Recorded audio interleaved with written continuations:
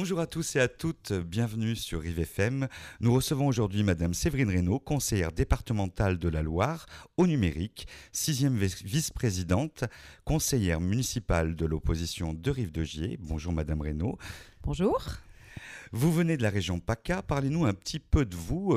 Qui faisiez-vous avant de vous installer dans la Loire ? Alors avant de m'installer dans la Loire, je suis directrice commerciale déjà, donc je fais une école de commerce trilingue avec une année aux États-Unis d'études et une année en Espagne. Et puis je travaillais donc en Espagne, j'étais à Valencia, j'étais directrice dans la biométrie, toujours dans les nouvelles technologies, d'où ma vice-présidence au numérique, c'est en lien avec mon activité professionnelle précédente. D'autres choses que vous faisiez en PACA ? Alors là, j'étais pas en PACA, j'ai fait 2 beaux enfants en PACA. J'en ai 4. J'ai 4 enfants. J'ai un garçon de 24 ans, une fille de 19 ans, un garçon de 16 ans et puis un tout petit dernier qui est né ici d'ailleurs, qui a 8 ans, Zachary.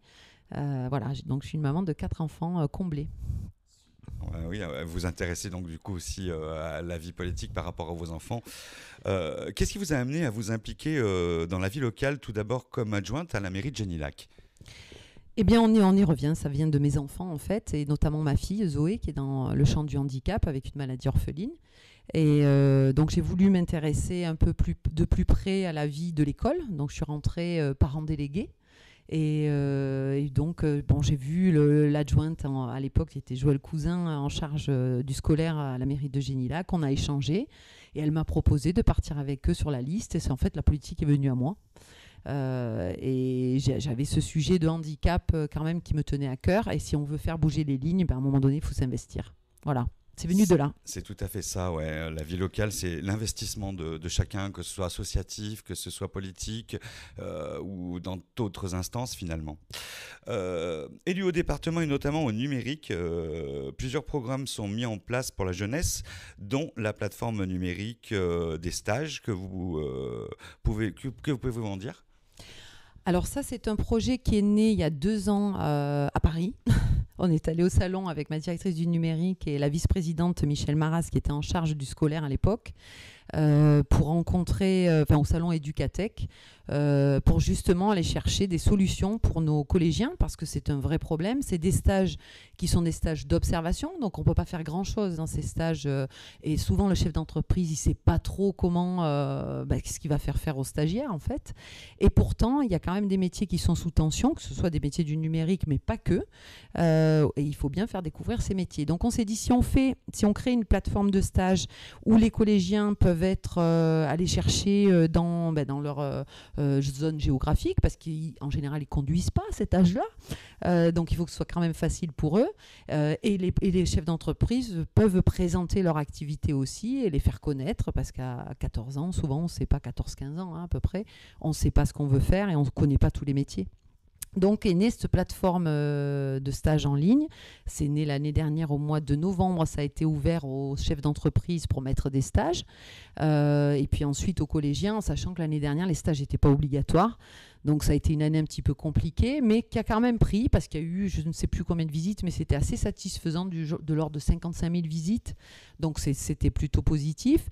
Et donc là, ça va être, c'est relancé bien évidemment. D'ailleurs, j'invite tous les chefs d'entreprise ou même les parents qui veulent faire découvrir leur activité à mettre des stages en ligne, parce que c'est pour ces jeunes souvent difficile de trouver. Voilà.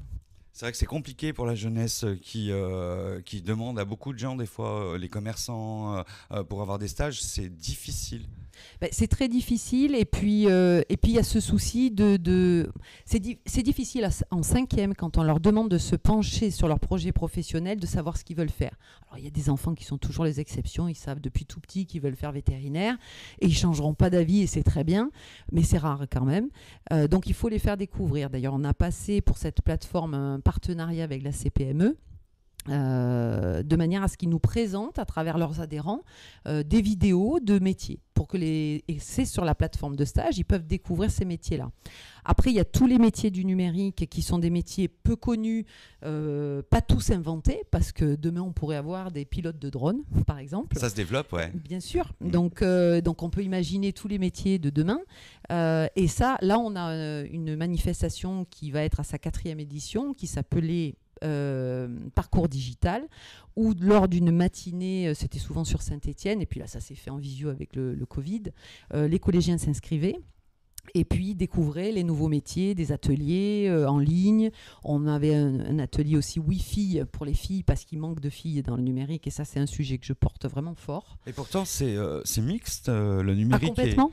N'a pas besoin de force physique ou de choses comme ça. Non, non, du tout, mais on se rend compte en fait il y a 47% des bacs scientifiques qui sont obtenus par des filles. Et souvent même avec brio, avec des mentions, hein, elles sont plutôt brillantes dans le scientifique. Et derrière, en fait, dans les études supérieures, on les retrouve à 12% dans les métiers vraiment scientifiques purs d'ingénieurs, peu importe d'ailleurs le sujet, et massivement dans les sciences humaines et la santé. Je crois que les filles, quand on leur pose des questions, elles disent mais elles ont besoin de se sentir utiles. Donc c'est peut-être à nous, à leur faire comprendre que dans les métiers du numérique, elles seraient utiles, qu'on a besoin du numérique aussi dans la santé, par exemple, pour accompagner au niveau médical les personnes âgées, les personnes dans le champ du handicap, dans la transition énergétique aussi par rapport à l'énergie, au contrôle, à la gestion de l'eau, la qualité de l'air, etc. Donc on a besoin aussi de leur intelligence et de leur angle de vue, en fait, sur le sujet. La touche féminine aussi, finalement. Tout à fait. Parce on a besoin des deux. Hein, voilà, si vous voulez, c'est un sujet que je porte et chaque fois je rectifie en disant attention, je ne suis pas féministe, je ne pense pas qu'il faut que des femmes, je pense qu'il faut les deux. Je pourrais vous dire la même chose dans le social où il y a cruellement que des femmes pratiquement et il faudrait plus d'hommes parce que cette mixité, je trouve qu'elle est riche. Voilà. Donc il faut, j'ai fait un appel aux femmes, il faut vraiment qu'elles se saisissent de ces sujets, on a besoin d'elles. Une petite fille à 4 ans va vous dire je veux faire cosmonaute. Elle est complètement décomplexée, elle est pleine d'illusions, pleine de rêves. Et quand vous la revoyez à 7-8 ans, donc c'est pas beaucoup plus vieux, hein, elle va vous dire mais moi je veux faire infirmière. Alors c'est un très beau métier infirmière, mais pourquoi en l'espace de 4-5 ans, elle a changé et comme si elle avait compris que la société lui permettait pas ça ou lui interdisait de façon, je dirais, subjective. Et ça c'est quelque chose qu'on doit changer, ces clichés-là. C'est pas rentré encore dans les mœurs, à votre avis, encore dans les esprits des gens? Pas suffisamment. Pourtant, le numérique touche à tout, finalement. On peut avoir un site internet géré par une dame de plomberie. Ou des choses qui n'ont vraiment rien à voir. Mais vous avez des métiers. Alors, parce que quand on pense numérique, souvent les gens voient le codage. Et le codage, ça peut être vu comme quelque chose d'un peu rébarbatif, même s'il y a des passionnés de codage, et heureusement qu'il y a des développeurs, on en a besoin.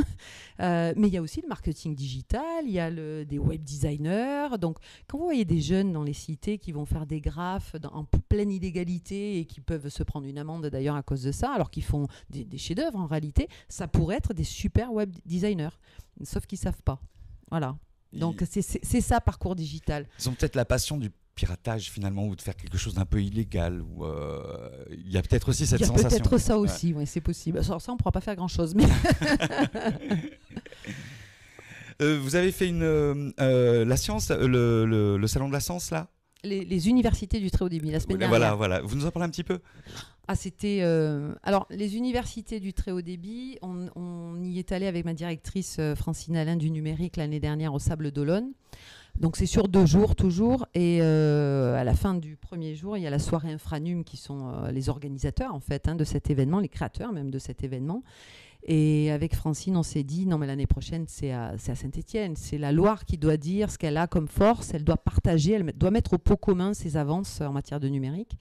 Et le soir même, je rencontrais Étienne Dugas, que je ne connaissais pas d'Infranum, et Patrick Chaise, qui est le président de la VICA, qui est un sénateur de l'Ain.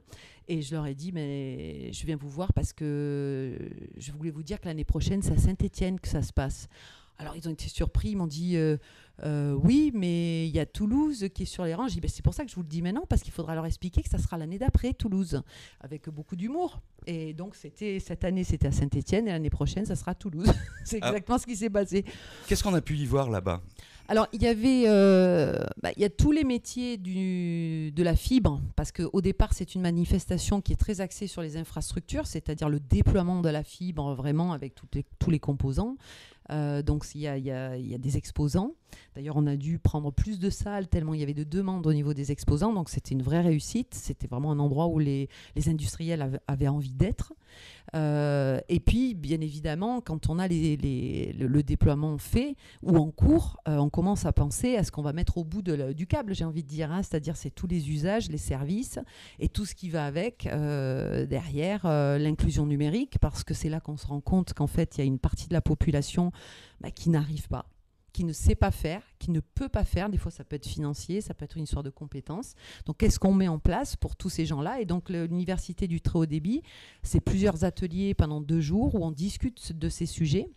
On continue à discuter quand même de la partie infrastructure parce qu'elle n'est pas terminée, même si on a annoncé que le département de la Loire est le premier département de France le plus fibré, c'est-à-dire qu'il y a le plus de prises commercialisables, et c'est le département qui a commercialisé le plus de fibres aussi. Donc ça, c'est une vraie fierté. J'aimerais que les Ligériens soient fiers de ça, parce qu'on a tendance à se dire ouais, mais dans la Loire, mais non, dans la Loire, on est bon. Voilà, on va essayer de rester bon. Voilà. On les voit d'ailleurs déployer cette fibre dans les réseaux avec les petits camions sous terre, un peu de partout, avec leur câblage. C'en est où d'ailleurs la fibre à Rive-de-Gier? Alors, ce qu'il faut savoir, si je peux rapidement, la fibre sur la Loire, c'est plusieurs façons de déployer. C'est d'abord une volonté politique du département, du conseil départemental, donc à l'époque conseil général. En 2005, c'était le président Clément, à cette époque, avec Georges Ziegler, qui est le président actuel, qui avait eu cette vision de dire il faut faire une délégation de service public et créer le premier RIP, c'est-à-dire le réseau d'initiatives publiques, qui fait qu'on a tiré des câbles publiquement pour équiper à la base toutes les zones d'activité. C'est-à-dire c'était l'aspect économique qui intéressait les politiques à ce moment-là. Et on ne savait pas que la fibre arriverait chez l'habitant aujourd'hui. Mais ça a permis de faire, si je peux m'exprimer ainsi, le squelette de la Loire. C'est-à-dire qu'on a déployé à travers cette délégation de services publics, ce premier réseau, avec la société Lotim, qui est une société d'Action, et Bouygues Télécom, en fait, ça vient de Bouygues Télécom. On a pu faire tout le squelette sur l'ensemble de la Loire, y compris sur Saint-Étienne Métropole. La fibre Haute-Sardon, elle y est depuis plusieurs années. Elle n'a pas attendu Orange. Ensuite, en 2010, l'État annonce les zones AMI, ces fameuses zones AMI. Donc, les fameuses zones AMI, elles sont confiées aux gros opérateurs, c'est-à-dire à Orange, à SFR. Et nous, c'est Orange qui se voit attribuer la zone de Saint-Étienne Métropole pour déployer, et la zone de Rouennais Agglomération. Donc, on est en cours de déploiement. Et le reste du département, c'est-à-dire toutes les zones de la plaine du Forêt, les zones rurales, on s'est posé la question politiquement encore, qu'est-ce qu'on fait? Est-ce qu'on leur amène la fibre? Parce que les zones AMI, c'est les zones les plus denses. Et c'est là que le Ciel, donc le syndicat d'électrification de la Loire, a pris la deuxième DSP et a créé le RIP 2 avec Action pour déployer la fibre chez l'habitant. Et cette zone-là, qu'on appelle la zone THD 42, qui correspond à 39% de la Loire à peu près, elle est fibrée à 100% depuis mars 2020. Donc ça, c'est exceptionnel en France. Et sur le reste des 2 zones, le déploiement se fait par l'intermédiaire donc d'Orange, mais avec des objectifs, je dirais, nationaux, c'est-à-dire qu'on ne le gère pas en local. Et dans le reste des départements où il déploie, la zone AMI est en avance sur le reste des zones qui ne sont pas en zone AMI. Ce n'est pas le cas dans la Loire, c'est vraiment une particularité, c'est-à-dire que la zone THG 42 est déjà terminée et Orange est à la traîne, alors que d'habitude ils sont en avance. Donc on pousse un petit peu pour qu'ils arrivent à fibrer plus vite, parce qu'effectivement, moi je ne l'ai pas d'ailleurs, la fibre chez moi, donc j'attends ça avec impatience. On est 6 à la maison, donc vous imaginez que ça serait pas mal. Voilà. Mais ils déploient, et puis là ils ont déployé ce qu'on appelle tous les points de mutualisation, c'est-à-dire c'est les armoires en gros, si je veux simplifier, et de ces armoires-là on va aller tirer des câbles jusqu'aux particuliers, et donc tous ces points ces PM sont placés depuis 2020, et on espère que d'ici fin 2022 ils auront fibré l'ensemble du territoire, en sachant que là ils rentrent dans le dur, c'est-à-dire qu'après on va passer en souterrain plus facilement. Dès qu'on arrive sur de l'aérien, il y a des études de poteaux à faire, de charges, C'est pas toujours simple. Il faut des autorisations municipales, il faut des autorisations d'Enedis. Donc ça devient, on est dans le dur en fait. Donc c'est plus long. De particuliers parfois aussi. Et des fois de particuliers, tout à fait. Mais bon, on arrive, on a des commissions, enfin des comités de pilotage régulièrement avec Saint-Étienne Métropole et le département, justement et Orange, pour se pencher sur ces sujets-là. On leur remonte chaque fois les zones où il y a beaucoup de demandes et où les gens ne sont pas contents. Et du coup, ils essayent de travailler vraiment à ce que ça se déploie le mieux possible et que les maires facilitent les autorisations aussi. Donc ça va quand même dans du bon sens, puisqu'aujourd'hui dans la Loire, on est fibré à 88%. Ouais, c'est énorme. Le taux de la région, c'est 33%. Je ne sais pas si vous faites... Alors, on n'est pas content parce qu'on aimerait tous l'avoir. On est impatient. Ceci dit, on ne peut pas se plaindre quand même. On est vraiment en avance. Surtout qu'avec le Covid, on a vu beaucoup d'entreprises se développer aussi au niveau Internet, dans la vente, dans plein de choses finalement. On travaille plus facilement à la maison aussi finalement maintenant. Le Covid, je crois, a révélé des envies d'une qualité de vie meilleure. Il y a beaucoup de gens qui se sont dit moi je me monterais bien en auto-entreprise. C'est faisable aujourd'hui dans la Loire parce qu'on a cette qualité de déploiement et puis on est attractif aussi pour des entreprises. Il faut pas le cacher. On a des vraies pépites en matière d'innovation sur le territoire. Il y a 2 ans, on est allé à un salon qui s'appelle Ruralitique, qui est régional, sur la fibre aussi, et on a rencontré une entreprise qui était sur Clermont-Ferrand, je crois, et qui nous a dit mais moi je vais venir m'installer dans la Loire parce que vous avez tous les équipements, vous êtes en avance et cette dynamique intéresse les chefs d'entreprise. Donc on est attractif pour les entreprises et on permet aux habitants de se reconvertir quelque part, de changer de métier et d'avoir une qualité de vie qui leur correspond. Voilà. Entre 2 métropoles encore Voilà. En plus, ouais. Quel poids arrive de Gier au sein du département aujourd'hui ? Quel poids ? J'ai pas compris. Quel poids arrive de Gier au sein du département aujourd'hui ? Alors, Rive de Gier, c'est une ville qui est très intéressante parce que c'est la 6e ville déjà du département en nombre d'habitants. Elle est très très bien située géographiquement puisqu'elle est entre Lyon et Saint-Étienne, donc entre 2 métropoles et avec un accès autoroutier qui est très intéressant. Entrée-sortie, ouais. Elle a une autre particularité, c'est qu'elle est très jeune. Il y a 40% de la population qui a moins de 30 ans. Par contre, avec ça va un problème. Et le problème, c'est le manque de qualification. Voilà. Donc, si on fait une photo de Rive de Gier, c'est une ville à fort potentiel à développer. Voilà, il faut travailler sur la population, sur les formations. Alors ça se fait pas avec le département, ça se fait avec la région, même si le département accompagne. Par exemple, on monte des formations dans le champ du numérique. Moi, ça m'est arrivé d'en créer une pour les femmes, justement, pour être, comment on appelle ça, technicienne télécom, avec l'Académie des télécoms, la société Logique à Saint-Étienne. Donc on arrive à intervenir dans la formation, mais c'est massivement la région. D'ailleurs, j'ai un très bon contact avec le vice-président de la région, Yannick Neuder, et on va travailler sur ces sujets-là. Donc Rive de Gier, elle a ça comme particularité. Il faut travailler sur elle. Après, j'ai envie de dire, le département, c'est plutôt lui qui va accompagner les projets de la ville. Rive de Gier, c'est un cyberespace qui est identifié depuis déjà plusieurs années, une bonne dizaine d'années, comme un des plus actifs de la Loire. Donc ça, c'est un endroit où on peut s'appuyer. Je vous donne un exemple. Vous avez eu pendant 3 mois à la médiathèque l'escape game qui s'appelait IOTA. Oui, on les avait promentionnés à l'époque. Voilà, donc IOTA, c'est né en fait au département. Ça a été créé par l'école des mines, la Rotonde, et ça a été exposé pendant plus d'1 an à la Rotonde. Et l'idée, c'était de faire comprendre aux collégiens qui sont consommateurs d'Internet les dangers d'Internet à travers cet escape game, c'est-à-dire de façon ludique. Sauf que le garder tout le temps sur la Rotonde, c'était pas équitable pour l'ensemble du territoire. On savait que pas tout le monde irait. Et on s'est dit, on va le faire tourner.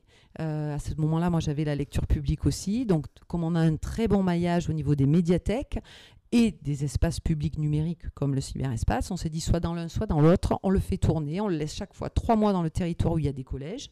Et on permet aux enfants, aux collégiens et aux familles, et peut-être à d'autres adultes et même des plus jeunes, parce qu'on s'adapte en niveau en fonction du public qu'on a, à expliquer ces dangers. Voilà. Donc alors là, pour le coup, le département va aider la ville Il va l'aider quand il y a des rénovations comme en rue 1 au niveau du Grand Pont, par exemple, sur 55 millions d'euros qui ont été investis. Il y a eu 3-4 millions départementaux, par exemple. Donc on accompagne à partir du moment où le projet est structurant pour les habitants.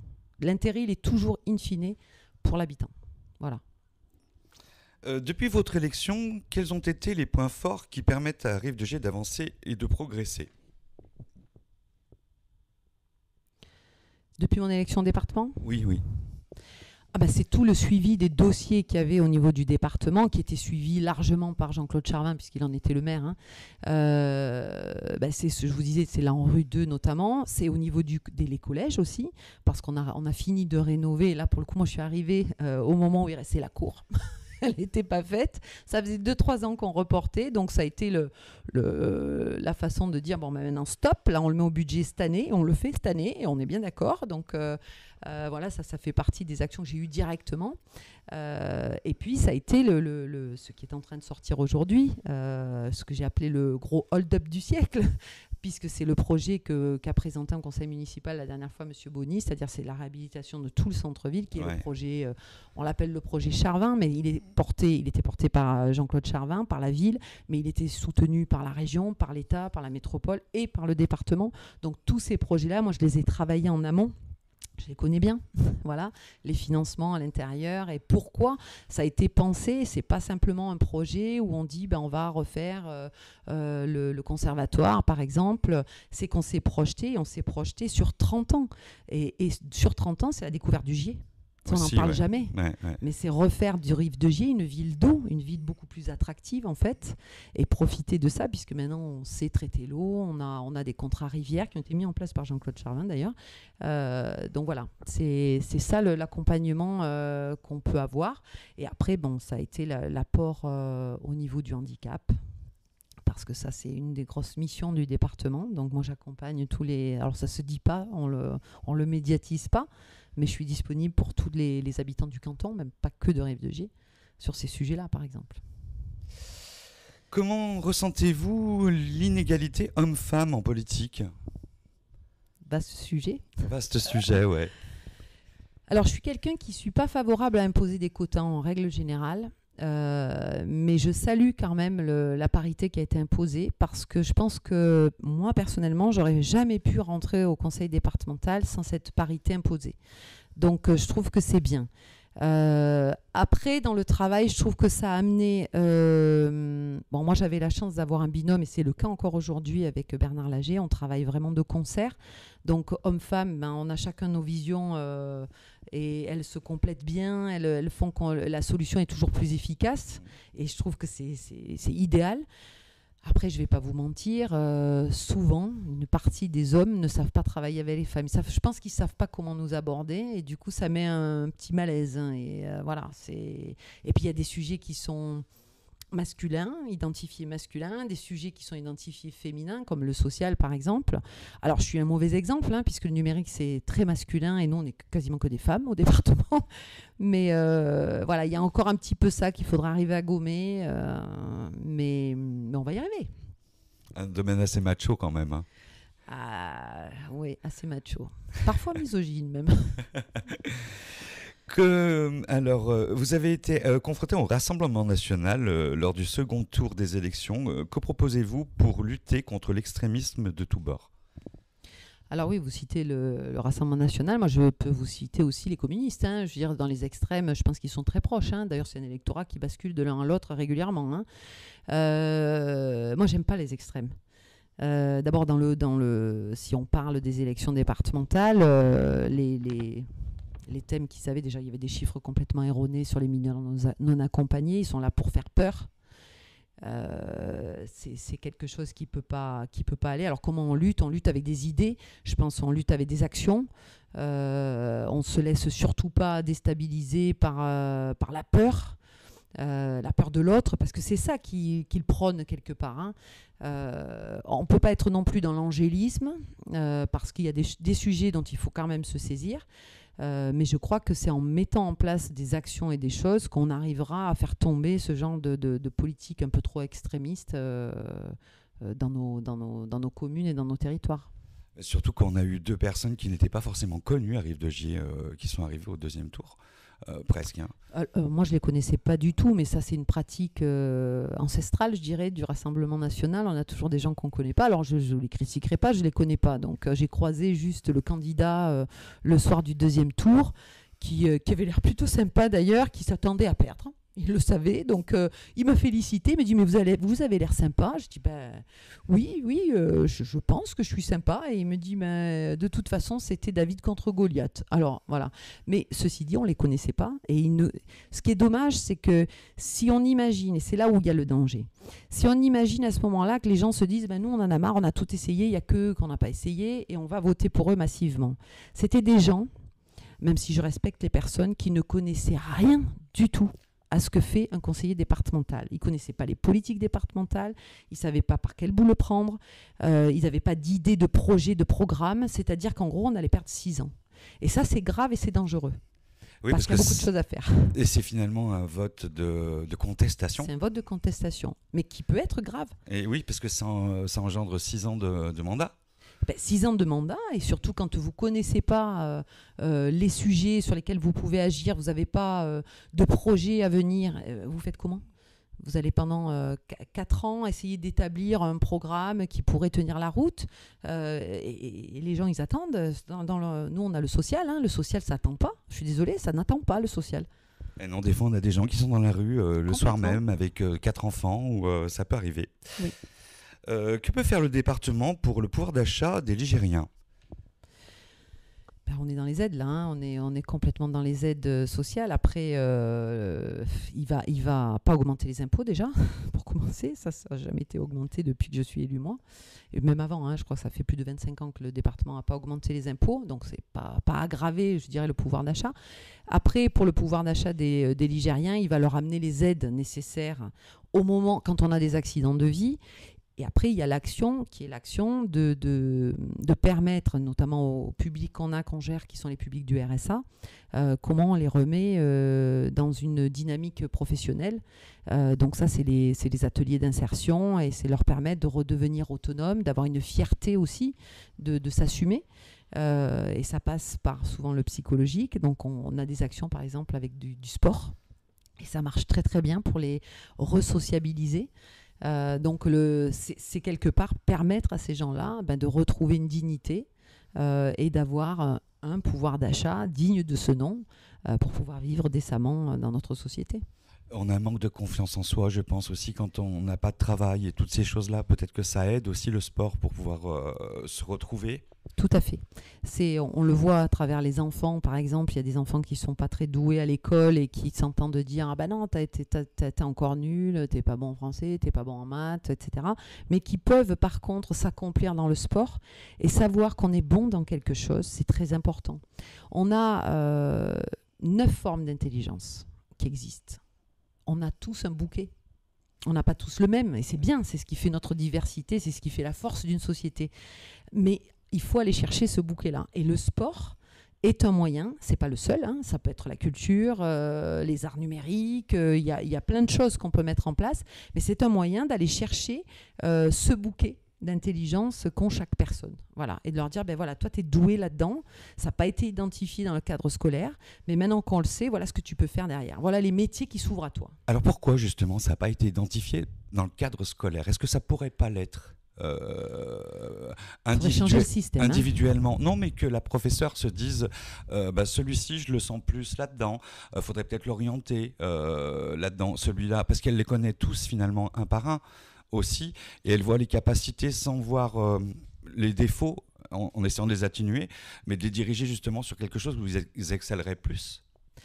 Ça pourrait, je pense, être fait, mais il faudrait prendre, on parlait des stages tout à l'heure, il faudrait le prendre dans l'autre sens, c'est-à-dire qu'à partir de la 5e, à la place de dire quel métier tu voudrais faire et on va creuser, est-ce que ça te correspond, etc., à la place de partir du métier quelque part, il faudrait presque leur faire des mini-bilans de compétences, qu'on fait d'ailleurs à l'âge adulte quand on veut faire une reconversion, pour identifier justement ces formes d'intelligence. Et pour dire à l'enfant, pas tu vas faire peintre ou tu vas faire chef d'entreprise dans le numérique, mais lui dire, voilà, toi, ta force, c'est ça. Toi, tu es bon là-dedans, voilà. Il y a dans ça et dans ça, dans ça. Voilà les métiers qui sont derrière. Et maintenant, essaye de trouver de les découvrir, ces métiers, pour voir celui qui te passionne. Parce que si on arrive à travailler toute sa vie dans un métier qui nous passionne, on est heureux. Et on le excelle. but, c'est quoi? C'est d'être heureux. Enfin, je pense que le but de la vie ultime, c'est ça, c'est le bonheur. C'est d'exceller, puis d'aller au travail avec le sourire. C'est ça, Et tout à fait. de s'accomplir dans son travail, finalement. Tout à fait. Vous êtes présidente de la nouvelle association Rive d'Avenir. Quel est le but Rive Avenir. Quel est le but de cette association, justement? Alors, je pense qu'elle est liée avec ce que vous venez de nous dire. Voilà, alors il y a cette partie-là qui est la partie comment on arrive à aller chercher justement ces talents quand on voit des enfants qui, à l'âge de 16 ans, sont dans la rue, souvent on les retrouve malheureusement dans des trafics qui ne sont pas les bons. On se dit qu'on est passé, nous, la société, à côté d'eux, parce qu'ils ont des talents. Et ça, c'est évident. De toute façon, pour faire un trafic de drogue, on se le dit entre nous, je pense qu'il faut certaines qualités. Par contre, ces qualités-là, on pourrait les mettre au service des autres et pas au service de détruire les autres. Oui, voilà. Oui, parce que c'est du business. C'est du business. Oui. Donc, ça veut dire qu'ils ont des qualités. Comptabilité, achat de marchandises, vente de marchandises. Oui. Ouais. Ils savent comment couper, ils sont capables de calculer une marge. Ils ne connaissent pas le terme marge, mais ils savent le faire, ils savent s'organiser. Donc, ils ont quand même des qualités énormes. Donc, cette association, c'est comment on fait découvrir les métiers, entre autres, du numérique, où dedans, ils pourraient se dire, bah oui, et en plus, c'est des métiers qui sont sous tension, où on gagne quand même bien sa vie, et qui sont dans la région, il y a plein de postes non pourvus. C'est-à-dire, demain, je fais une formation, je finis ma formation, je suis embauchée, et en CDI, avec un salaire qui est pas mal, et où je vais pouvoir évoluer. Et c'est dans quelque chose qui me plaît. Donc, le but de l'association, c'est un petit peu ça. Alors, elle est un peu en sommeil avec le Covid, donc on va la réveiller là, maintenant, doucement. Donc ça, c'est une partie. Et l'autre partie, c'est vraiment une association politique. C'est-à-dire expliquer aux gens pourquoi, quand on vous dit qu'on va ramener des universitaires Rive de Gier, c'est pas possible. Pourquoi, quand on vous dit qu'on va vous mettre, on va ramener le commissariat, même si on en a tous envie, moi j'aimerais aussi qu'il y ait des universités, que le commissariat puisse revenir, ce n'est pas possible. C'est-à-dire expliquer aux gens vraiment ce qui est faisable, de ce qui ne l'est pas, de manière à ce qu'ils ne soient pas bernés dans des élections, et les décisions qui sont prises aussi. Pourquoi on est d'accord avec tel projet? Pourquoi on ne l'est pas? Quels sont les freins? Voilà. Après, on a chacun nos idées, mais on peut en débattre, et c'est des débats qui seront organisés, et surtout écouter les gens. Qu'est-ce qu'ils attendent? Qu'est-ce qu'ils veulent de nous? Qu'est-ce qu'ils attendent de leurs élus? Voilà. Et vous êtes à l'écoute, justement, vous devez vous faire interpeller régulièrement par les gens dès que vous sortez, finalement. Ah, mais j'adore. J'adore, parce qu'on n'est pas en politique par hasard. Moi, ce que j'aime en politique, je ne suis pas une politicienne à la base. Hein. Je ne viens pas du milieu politique. J'y suis venue, je vous l'expliquais tout à l'heure, par hasard. Mais ce que j'aime, c'est ce rapport humain. Pour moi, au cœur de la politique, c'est l'humain. Donc, être interpellé, il y a des gens qui viennent me voir, qui ont des soucis avec la MDPH, qui ont des soucis pour le logement. Ça fait partie des fonctions, pour moi, de l'élu. Un élu qui ne veut pas échanger avec la population, il ne faut pas qu'il soit élu. C'est pas il faut pas. Voilà. C'est compliqué parfois. Sur le plan national, les élections présidentielles qui arrivent, Éric Zemmour qui monte dans les sondages d'opinion, comme le parti de M. Macron à l'époque d'ailleurs, qui a été créé spécialement. Un autre parti qui se lance, c'est celui de Édouard Philippe. Les partis traditionnels sont-ils usés à votre avis ? Je pense que les partis traditionnels ont du mal. Je pense que Macron, avec sa République en marche, a cassé quand même quelque chose. Il avait une idée géniale dans l'absolu de dire on s'en moque droite-gauche, parce qu'il y a beaucoup de républicains qui sont des ministres. Hein. Édouard Philippe en était était même le Premier ministre. Je pense qu'il a brisé un petit peu ça. Il a essayé de rassembler un maximum. Je ne suis pas une grande fan d'Emmanuel Macron, mais on peut lui rendre qu'il est brillant. Voilà, il est brillant. Donc, la gauche était déjà affaiblie par ailleurs. Là, aujourd'hui, c'est la droite. Les Républicains sont affaiblis. Ils ont du mal à trouver leur candidat, qui ne sort pas vraiment du lot. Ils ont été quand même bien divisés avec le centre droit et centre gauche, qui est toujours un petit peu dans les parages, qui atténue un petit peu certains sujets, et ça donne la place à Éric Zemmour. ça donne la place à Éric Zemmour parce qu'il dit tout haut quelque chose que des Français pensent tout bas, de façon un petit peu négative à mon sens, même beaucoup. Il martèle même, je dirais. Il martèle, mais ça fait écho chez les Français. Donc que ce soit les partis de droite ou de gauche, c'est des sujets qu'ils ne doivent plus nier. Il faut les traiter. Il ne faut pas forcément les traiter comme le fait Zemmour. Il faut en discuter en tout cas. Mais il faut en discuter. Il faut ouvrir ce débat-là. Parce que les Français l'attendent. C'est ce que ça dit, 17,5% dans les sondages. C'est pour ça que j'en parle. Et voilà. C'est pour pouvoir savoir comment contrer tout ça et en discuter en tout cas. Oui. Les questions des auditeurs là. Alors c'est des auditeurs qui nous ont posé quelques questions pour vous. On a lancé un petit message. Si vous étiez maire, que pourriez-vous faire pour les personnes en situation de handicap ? Alors j'ai envie de vous dire que ces personnes me contactent parce que je fais déjà. J'ai pas besoin d'être maire pour aider les gens en situation de handicap. Tout simplement parce que le handicap, il est porté par le département. Voilà. Donc en tant que maire, effectivement, pour les gens, j'étais peut-être plus facile d'accès. Mais je suis contactée par des gens que je ne connais pas, qui me mettent des messages sur Messenger, souvent par les réseaux, par Facebook, ou par connaissance, on m'appelle, je donne facilement mon numéro et je suis tous mes dossiers. Voilà. Et je le fais beaucoup. J'ai au moins 3, 4, 5 cas par semaine. Donc j'ai pas besoin d'être maire pour aider les gens dans une situation de handicap qui n'hésitent surtout pas dès aujourd'hui. Voilà. Bon ben voilà, si vous écoutez sa réponse, n'hésitez pas à contacter Séverine directement. La circulation sur les trottoirs, les poussettes dans l'obligation de longer la route, car certains trottoirs sont inaccessibles à Rive-de-Gier. Alors première question, c'est pourquoi ? Ouais, pourquoi ouais. Pourquoi sont-ils inaccessibles ? Souvent c'est les poubelles. C'est les poubelles, c'est ce que Donc j'allais il y a dire. un vrai souci au niveau des poubelles en ville, c'est évident. Alors on n'est pas dans le cas de Marseille. Où là c'est pire, j'ai envie de dire. Elles ne sont pas vidées en plus. Elles ne sont pas vidées, donc il doit y avoir une odeur, je ne vous explique pas. Mais je pense qu'il y a un vrai problème de poubelles et ça se règle forcément avec Saint-Étienne Métropole. Alors moi je ne suis pas dans l'exécutif aujourd'hui, je ne suis pas en lien avec la métropole, je ne suis même pas élue sur la métropole. Mais si j'étais maire, c'est la première chose que je ferais, c'est essayer de régler ce problème en centre. Mais je pense que ça passe par cette gestion de déchets en fait. Où on positionne ses poubelles. Si on décide que chacun a sa poubelle, ça veut dire qu'on oblige les gens aussi à la rentrer pour laisser le passage. Oui, mais dans le centre-ville, c'est compliqué de la rentrer dans un appartement. Donc, il faut trouver une solution. La solution, aujourd'hui, je ne peux pas vous dire que je l'ai, parce qu'il faudrait que je me penche sur le sujet pour la travailler, et elle se travaillera avec la collectivité qui a la compétence, c'est-à-dire la métropole. Est-ce que les gens qui habitent là, finalement, n'ont pas leur mot à dire aussi, finalement, ou il ne devrait pas y avoir une... Les gens, en général, on les consulte. Enfin, en tout cas, moi, c'est ma façon de travailler.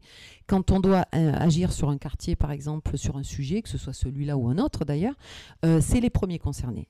Donc, il faut les entendre. Souvent, ce que font les politiques, et que j'aime moyennement moi, c'est qu'ils consultent les gens une fois que le projet est fait. C'est dommage. Donc, ils présentent le projet. Et les gens vont vous dire, oui, mais là, c'est pas bon parce que le trottoir que vous faites passer là, moi, par expérience, je peux pas le prendre comme il faut et ça va gêner. Donc, il faut avoir une première réunion, au moins publique, avant le projet, en disant, voilà, on va aménager, on voudrait avoir vos idées, et l'ouvrir vraiment aux habitants. Donc ça, il faut vraiment le faire en amont. Et ensuite, continuer à avoir des réunions assez régulières au fur et à mesure de la construction du projet. Voilà, ça c'est important, c'est vraiment vital. Oui, parce que le projet peut être mal accepté des habitants. Après, une fois s'il est fini... Mais il est souvent mal accepté quand il n'est pas cohérent pour eux. Donc, pour éviter ça, il faut parler avec eux. Après, il y a des gens qui voudraient des choses qui ne pourront pas être retenues, parce qu'il faut savoir quand même, et ça, il ne faut pas le nier, en politique, on va prendre une décision pour le plus grand nombre. Donc, ça veut dire qu'on a une certaine partie de la population qui ne sera pas contente, mais c'est notre rôle de savoir dire oui et non.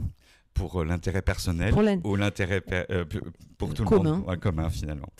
Des parents nous ont interpellés sur le service minimum des écoles. Quelle est votre position sur le sujet ? Ma position, elle est claire. Il y a une loi. La loi, elle impose aux mairies à partir de 25% de grévistes, parce que moins de 25%, les enfants d'une classe où la maîtresse ferait grève, ou le maître, vont dans les classes, sont répartis dans les autres classes. Mais quand on dépasse 25% de grévistes, là on a un vrai souci, c'est pas possible. Et les classes ne peuvent pas contenir tous ces enfants-là. Donc là, c'est une loi qui impose aux mairies ou aux intercommunalités qui portent la compétence des écoles de mettre en place ce service minimum. On ne demande pas des enseignants, on ne demande pas pendant le jour de grève à ce que quelqu'un vienne faire la classe. On demande une garderie. refuserie, en fait, pour que les parents qui travaillent aient une solution. Donc ça, c'est la loi. Aujourd'hui, M. Bonny, avec son équipe, est hors la loi. Et ça, moi, c'est quelque chose que je ne peux pas laisser passer. Parce que c'est dire... Alors, il nous a répondu au niveau du conseil municipal, oui, mais le droit de grève, et moi, je le respecte, le droit de grève des enseignants. Mais ce n'est pas pour autant qu'en tant que maire, je refuserai à mes habitants qui travaillent une solution pour qu'ils puissent continuer à travailler. Vous imaginez si vous partez sur 12 jours de grève dans l'année? Comment ils font, ces gens? Ils n'ont pas de solution. Et en plus, c'est la loi. Donc ça ne se pose même pas. C'est la loi, il doit l'appliquer. Point. La crise au sein de la majorité municipale, que pouvez-vous en dire? J'ai envie de dire elle était prévisible, mais c'est facile à dire aujourd'hui. Je ne pensais pas que ça serait si rapide, par contre. Ça allait très très vite. C'était compliqué parce que d'un côté, on avait une alliance entre M. Bonny, qui est dans le champ politique depuis déjà plusieurs années dans l'opposition, M. Valente, qui y est aussi, et ce sont deux personnages tellement différents. Il y en a un qui est un vrai politique, qui est là pour faire sa carrière, pour avancer. Et ça se voit dans toutes les décisions qu'il prend en mairie, dans la façon dont il communique. Et l'autre qui est là pour aider les gens. Il donnerait sa chemise. Mais il n'est pas dans les clous. Voilà, il ne respecte pas toujours qu'il faut demander une autorisation de voirie pour installer une braderie. Et si on lui dit non, il va contourner, parce qu'il a tellement l'impression que c'est essentiel pour les habitants et il a envie de donner. Donc comment voulez-vous que ces deux mondes se croisent? Enfin, ils se sont croisés pour un intérêt commun. C'est le seul qui les rassemblait, c'était faire tomber Jean-Claude Charvin. Donc c'est pas un projet de mandat, ça, faire tomber Jean-Claude Charvin. Donc c'était obligé que ça en arrive à cette dichotomie très rapidement.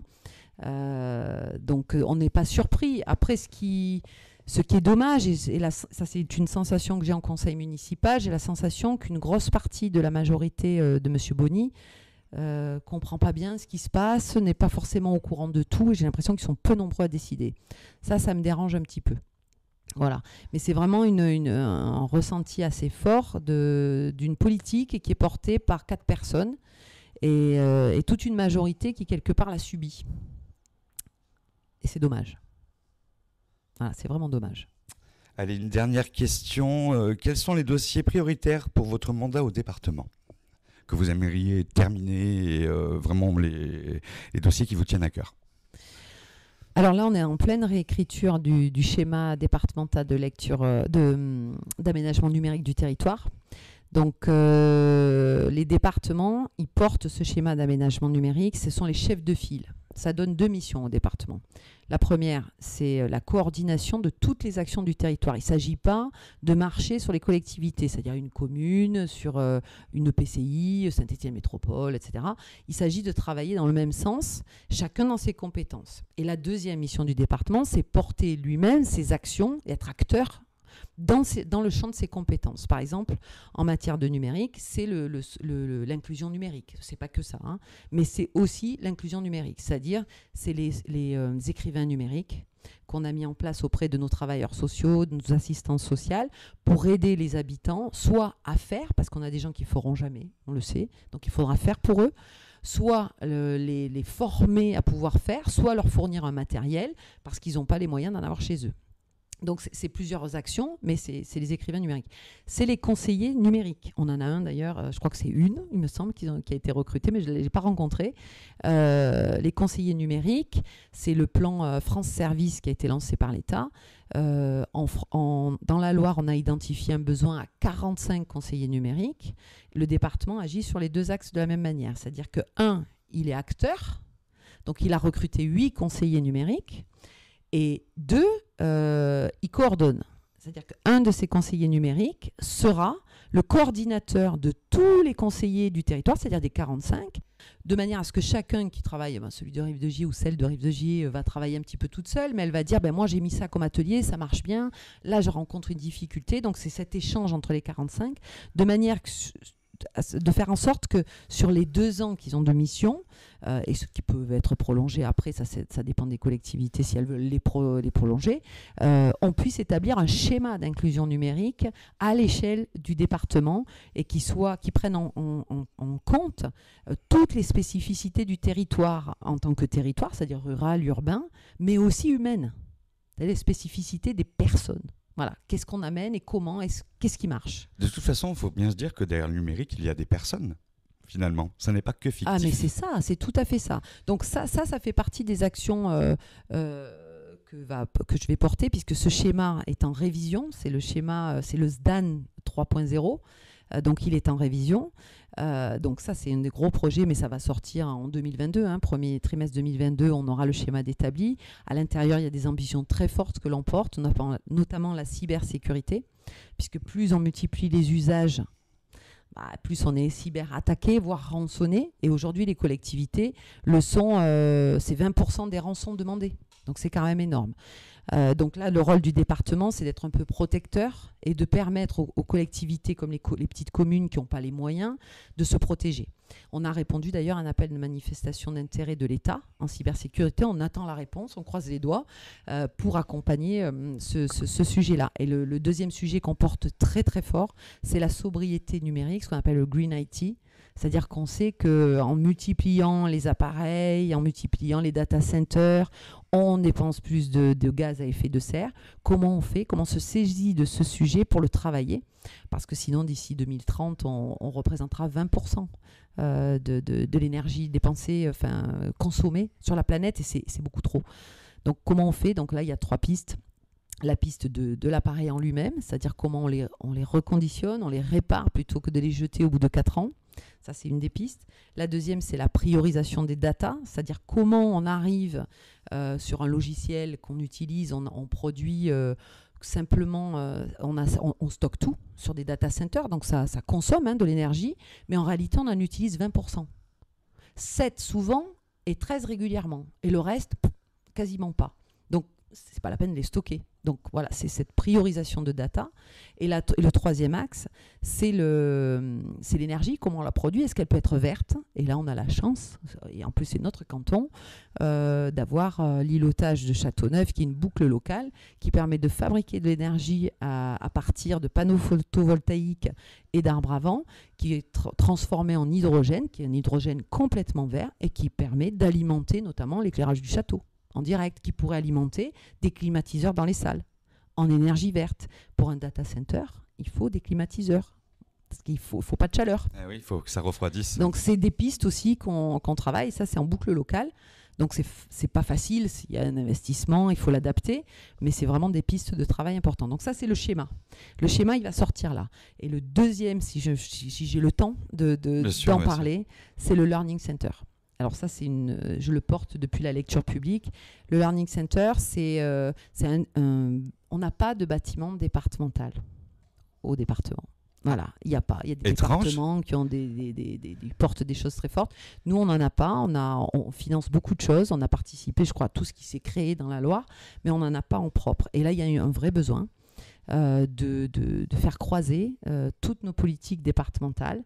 Et donc, ce Learning Center, c'est l'accompagnement vraiment des territoires de manière à ce que tout ce qui sera créé dans ce Learning Center, ça peut être un studio d'enregistrement, un labo de recherche environnementale où des associations pourront travailler avec la collectivité, avec des start-up du secteur. C'est faire croiser tous les publics et de manière à ce que chaque collectivité, même la plus éloignée des grandes villes, puisse se dire, mais moi, dans ma médiathèque, par exemple, moi j'aimerais bien avoir un espace de coworking parce que j'ai la demande et j'ai vu comment on faisait.